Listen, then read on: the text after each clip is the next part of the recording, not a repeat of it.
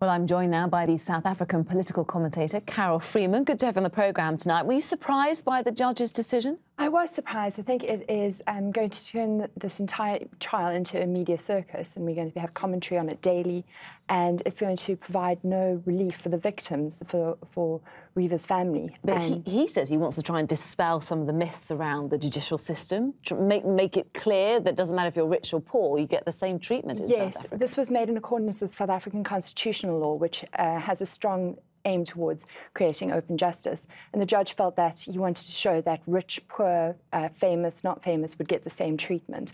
I think it will create a circus, though. And also because you've got one TV station already in South Africa promising 24-hour coverage. He's got his own TV channel. One wonders exactly how they're going to carry on talking and commenting on this over the next 2 weeks or however long the trial takes. Do we know what Oscar Pistorius and his family think of this decision? They opposed it, so I would expect they didn't want this to happen, but they have now started their own Twitter feed to try and give their own side of the story while this is going on, which brings into question whether or not this is against sub judice.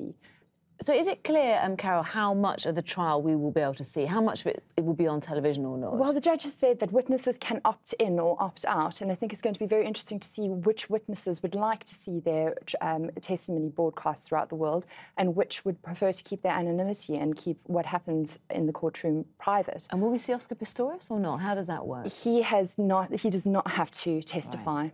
OK. It starts on Monday, doesn't it? It's probably going to be the biggest trial, or one of the biggest trials in your country's history. What's the mood at home at the moment like? Well, do you know what? South Africa is facing a massive general election in 6 weeks. It was announced today. This is not the top story on the agenda. Of course, there's fascination with the celebrity, but there are other far more important things happening there at the moment.